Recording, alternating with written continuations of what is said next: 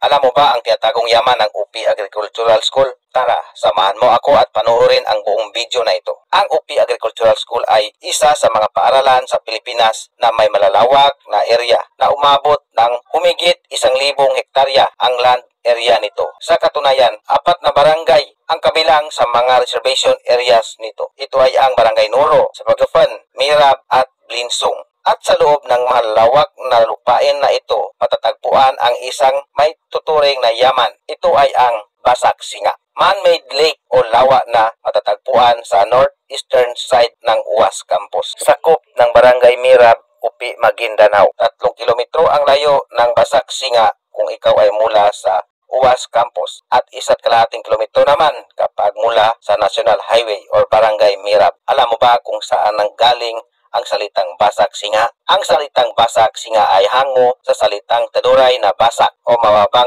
kalupaan at singa na ang literal na ibig sabihin ay bagay na inilagay sa isang lugar. Isa sa nakakahangang tanawin ang Basak Singa dahil sa ito ay isang magandang anyong tubig sa gitna ng luntiang anyong lupang mga bulubundukin. Kapag ganitong tag-ulan, ang mga tubig mula sa kabundukan ay dadaloy pababa sa Basak Singa na magiging source of irrigation ng mga magsasaka ng palay at mais. Kaya naman, may tuturing na malaking yaman ang Basak Singa dahil sa tulong na manaibigay nito sa mga magsasaka upang magkaroon ng magandang ani. Alam mo ba na ang Basak Singa ay may lawak na 16 hektar at may lalim na 14 feet kung saan dito nanirahan ang mga iba't ibang uri ng mga isda tulad ng dalag, hito, tilapia. Ang lake na ito ay may kaakit-akit na anyo, lalong-lalo na sa mga dayuhan nagmula sa iba't ibang lugar. Kung sakaling ma-improve ang lugar na ito at magiging tourist spot, isa ito sa pinakamagandang tourist spot dito sa bayan ng UP,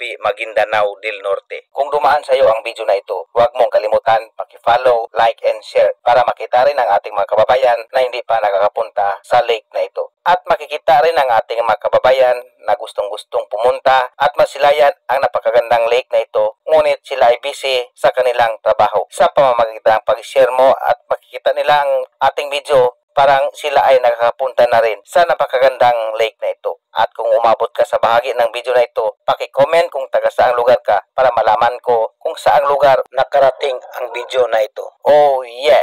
Fiyabagi Muyad Kataduray.